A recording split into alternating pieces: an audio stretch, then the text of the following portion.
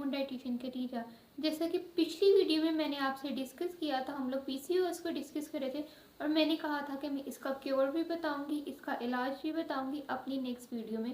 पिछली वीडियो में मैंने ये सब कुछ बता दिया था कि हमें क्या क्या अवॉइड करना चाहिए जब किसी फीमेल को पीसीओएस होते हैं। तो इसमें मैं प्रॉपर क्योर बताऊंगी कि ऐसी क्या क्योर है, इसका क्या इलाज है जिससे पीसीओएस से हम मुकम्मल निजात हासिल कर सकते हैं।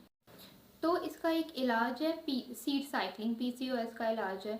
ये जो सीड साइकिलिंग मैं आज आपसे डिस्कस करने लगी हूँ, ये ना सिर्फ पीसीओएस बल्कि आपको कोई भी हार्मोनल इशू है, लाइक आपका पीरियड का फ्लो सही नहीं है या आपको पीसीओएस है, वैसे ही अगर आपका पीसीओएस डायग्नोज नहीं हुआ, वैसे ही रेगुलर पीरियड्स हैं, या पीसीओएस की वजह से लड़की कंसीव नहीं कर पा रही, उसे प्रेगनेंसी नहीं हो रही, तो ये काफ़ी दफ़ा देखा गया है कि सीड साइकिलिंग के थ्रू ही लड़कियों ने पीसीओएस को रिकवर किया। इवनली एक थी जिसने 5 महीने सीड साइकिलिंग की है और 5 महीने बाद उसने कंसीव कर लिया है। तो शादी के 7 साल बाद भी लोगों को सीड साइकिलिंग का पता चला, उन्होंने सीड साइकिलिंग की है, देन उन्होंने कंसीव किया। तो ये कंसीव करने में भी हेल्प करती है सीड साइकिलिंग, प्रॉपर आपके हार्मोन्स को बैलेंस कर देगी। अब इसमें करना क्या है, सीड साइकिलिंग में 4 किस्म के बीज इस्तेमाल होने हैं, ये आप प्रॉपर नोट डाउन कर लें। 4 किस्म के बीज इस्तेमाल होने हैं, फ्लैक्स सीड यानी कि अलसी के बीज, सेसमे सीड यानी कि तिल जो होते हैं, सफ़ेद तिल या काले तिल, लेकिन आप काले तिलों का इस्तेमाल करेंगे, काले तिल ज़्यादा बेनिफिशियल है। सफ़ेद भी कर सकते हैं लेकिन काले तिल ज़्यादा मुफीद है। उसके बाद आते हैं सनफ्लावर सीड यानी कि सूरजमुखी के बीज। फिर आते हैं पम्पकिन सीड यानी कि कद्दू के बीज। अब कद्दू के बीज ना आपने ग्रीन कलर के लेने हैं, वाइट कलर के नहीं लेने। कद्दू के बीज हमेशा ग्रीन कलर के हम लोग इस्तेमाल करेंगे। तो जो मेंस्ट्रुअल साइकिल होता है, जो पीरियड्स आते हैं, उसके 2 फेजेस होते हैं, एक होता है फॉलिकल फेज, एक होता है ल्यूटरल फेज। तो इन लोगों इनमें जो हार्मोन के रेगुलेशन है ना, उनकी इम्बैलेंसमेंट की वजह से ही पीसीओएस, मेनली पीसीओएस होता है। तो जो पहला फेज होगा ना, उसमें आपने फ्लैक्स सीड यानी कि अलसी के बीज और पम्पकिन सीड यानी कि कद्दू के बीज ग्रीन कलर के वो लेने हैं। अब जब पहले दिन पीरियड्स आएंगे ना, उस दिन से लेके 15वें दिन तक आपने ये 2 बीज लेने हैं, एक एक टेबल स्पून डेली। और जो अगले 15 दिन हो गए ना, उसमें जब पीरियड हो गए, पहले 15 दिन आपने ये ले लिए और जो अगले 15 दिन है उसमें आपने तिल लेने हैं और वो सनफ्लावर सीड्स यानी कि सूरजमुखी के बीज लेने हैं।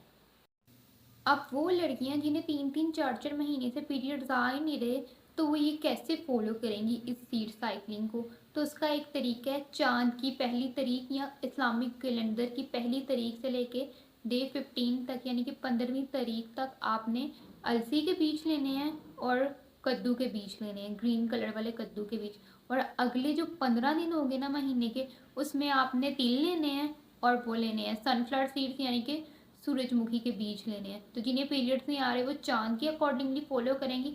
अब उन्हें फॉलो करते करते पीरियड्स आ गए हैं, तो डे 1 से दोबारा से वो पीरियड के डे 1 से जब उन्हें पीरियड आएगा, दोबारा से वो फ्लैक्स सीड वाला, वो फॉलिकल फेड्स वाला यानी कि फ्लैक्स सीड्स को फॉलो करना शुरू कर देंगी। फ्लैक्स सीड और वो कद्दू के बीज लेना शुरू कर देंगी और अगले 15 दिन दूसरे बीज लेना शुरू कर देंगी। अब इन्हें लेना कैसे है, इन सब का एक एक चम्मच आएगा, यानी कि एक फेज में जो पहले 15 दिन वाले थे अलसी के बीज और वो पम्पकिन सीड्स कद्दू के बीज, और दूसरे जो थे अगले 15 दिन वाले तिल और वो सिसमिट सीड्स तो तिल ही होते हैं, और सनफ्लावर सीड और सूरजमुखी के बीज। इन सब का एक एक चम्मच डेली बेसिस पे आएगा, उस फेज में उन दोनों बीजों का और पहले फेज में इन बीजों का। आपने जो अलसी के बीज है ना, कोशिश करें उन्हें ना मोटा मोटा कूट लें या चॉपर में मोटा मोटा चॉप कर लें।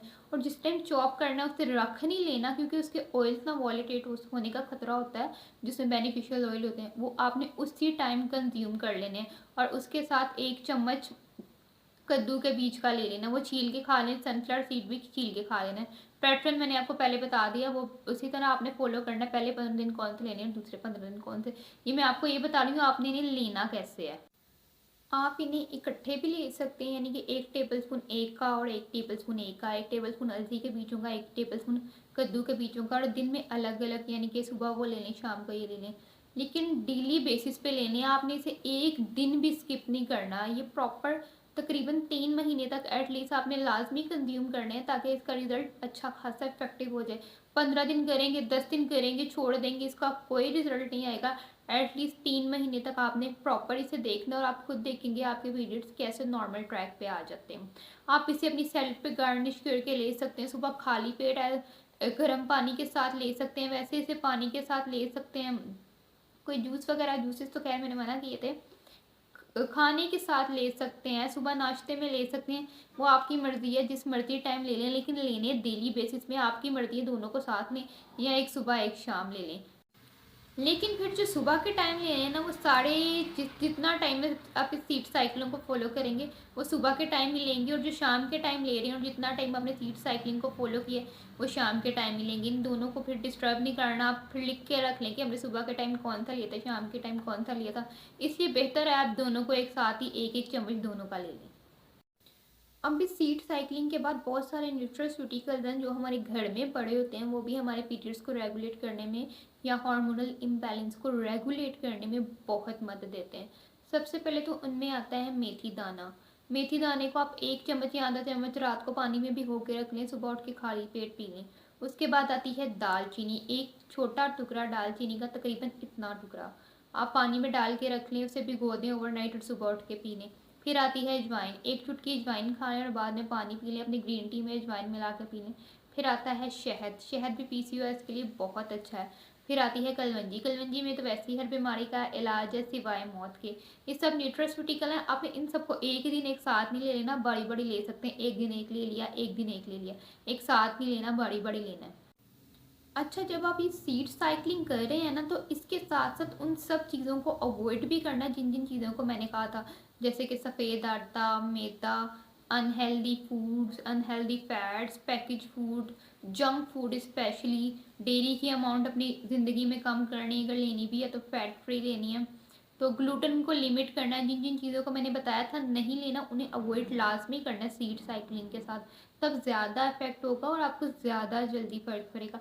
अब मैंने आपको न्यूट्रास्यूटिकल भी बता दिया और सीड साइकिलिंग भी बता दिया, लेकिन जो सीड साइकिलिंग है ना, वो आपने लाजमी लाजमी लाजमी करनी है, और एक दिन का ब्रेक भी नहीं आना चाहिए। 3 महीने कॉन्टीन्यूसली करके आप एक दफ़ा देखें और उसका रिजल्ट खुद देखें। अगर मेरी बातों पे एतबार नहीं है तो आप खुद सर्च करके देख लें कितने लोगों को सीड साइकिलिंग से इफेक्ट हुआ है और कितने लोगों ने सीड साइकिलिंग करके ही कंसीव किया है।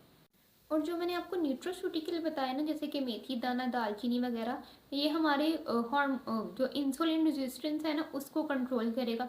पीसीओएस की पेशेंट की डाइट और शुगर वाले पेशेंट की डाइट इक्वल होती है, ऑलमोस्ट सेम होती है, क्योंकि पीसीओएस के पेशेंट में इंसुलिन रेजिस्टेंस होने के चांसेस होते हैं, और मोस्टली में तो बहुत मोस्टली 90% में इंसुलिन रेजिस्टेंस हुई होती है।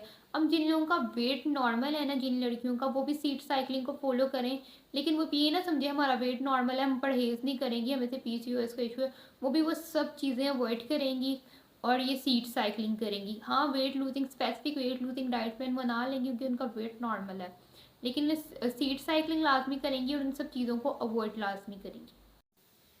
क्या चीज़ें अवॉइड करनी है वो भी बता दिया, और उसके अल्टरनेटिव्स भी बता दिए थे कि उसकी जगह आप क्या क्या खा सकते हैं। इलाज भी बता दी कि कैसे आप इसे मैनेज कर सकते हैं और कैसे इलाज कर सकते हैं। अब नेक्स्ट वीडियो में मैं डाइट प्लान भी शेयर कर दूँगी, ठीक है, और हो सकता है मैं कुछ योगा पॉस्चर भी शेयर कर दूँ जो पीसीओएस के लिए अच्छी हो, लेकिन वो मैं कंफर्म नहीं बता रही, मैंने हो सकता है बोला है।